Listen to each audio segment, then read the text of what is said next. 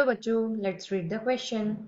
In the reaction Cr2O7 2 negative plus Sn2 plus giving rise to Cr3 plus Sn plus 4, how many Sn plus 2 ions are oxidized by one ion of Cr2O7 2 negative? तो यहाँ से इस question में हमारा की concept क्या कहता है कि हमें यहाँ पर कैलकुलेट करने हैं number of ions of Sn plus 2 which is oxidized by Cr2O7 2 negative. अब देखो क्या करें, इसका रिएक्शन हम लोग लिख लेते हैं. तो ये आ जाएगा आपका Cr2O7 2 negative plus Sn2 plus giving rise to Cr3 plus Sn plus 4. तो सबसे पहले क्या करें, इसको बैलेंस कर लेते हैं. तो यहाँ पर आपके क्रोमियम जो थे ये 2 थे और यहाँ आपके क्रोमियम 1 है, तो हमने क्या करें, यहाँ 2 का मल्टीप्लाई कर दिया. इसके बाद हमने देखा यहाँ पर 7 ऑक्सीजन है, तो हमने यहाँ पर ऐड कर देंगे 7 ऑक्सीजन को बैलेंस करने के लिए 7H2. अब 7H2 के बाद यहाँ से हाइड्रोजन कितने हो गए, 7 इंटू 2 से 14. तो हम क्या करेंगे, यहाँ पर 14H प्लस ऐड कर देंगे. अब इसके बाद लास्ट काम रह गया इनके इलेक्ट्रॉन्स को बैलेंस करने का. तो उसकी यहाँ पर नीड नहीं है क्योंकि हमें बैलेंस्ड इक्वेशन नहीं मांगा था. हमें जो मेन अपना मोटिव था वो हमें क्या रखना है कि स्टेनस आयंस को लेकर चलना है और Cr2O7 को लेकर चलना है. ठीक है, उसको देखते हुए हम यहाँ पर देखते हैं. तो सबसे पहले हम क्या करें, यहाँ से n फैक्टर हम लोग कैलकुलेट कर लेते हैं.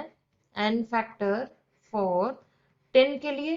तो 10 के लिए कितना हो जाएगा, ये प्रोडक्ट माइनस रिएक्टेंट. तो प्रोडक्ट साइड हमारा इस पर चार्ज था +4 और रिएक्टेंट साइड इसका चार्ज है ये +2. तो यहाँ से कितना हो जाएगा, प्रोडक्ट माइनस रिएक्टेंट से n फैक्टर हमारा यहाँ से आ जाएगा 2.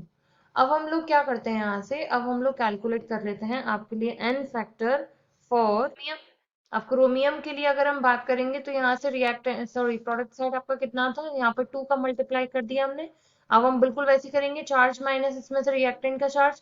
तो 6 माइनस 3 से ये कितना आ जाएगा आपका, यहाँ से 2 इंटू 3 से क्रोमियम के लिए n फैक्टर आ गया हमारे यहाँ से 6.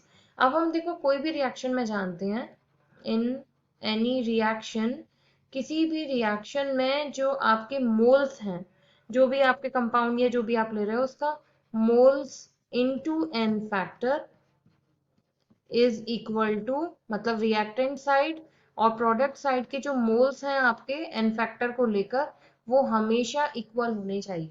तो अगर हम क्रोमियम को लेकर बात करें लेफ्ट साइड में, तो क्रोमियम को लेकर इसके मोल्स कितने थे यहाँ पर, अगर हम रिएक्शन में बात करें क्योंकि 1 मोल को लेकर बात कर रहा है, वो हमसे कह रहा है 1 आयन लिया जाता है Cr2O7 2 नेगेटिव का, और इस टाइम इसका n फैक्टर कितना निकला था यहाँ से 6, इज इक्वल टू हमसे मांगा जा रहा है हाउ मेनी आयंस, यानी कितने मोल्स आपके यहाँ से रिएक्ट करेंगे, x मान लेते हैं.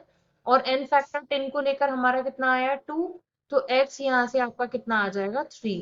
मतलब आपके 3 जो है वो Sn plus 4, 3 moles of Sn plus 4 ion जो है it will be oxidised by 1 ion of Cr2O7 2 negative.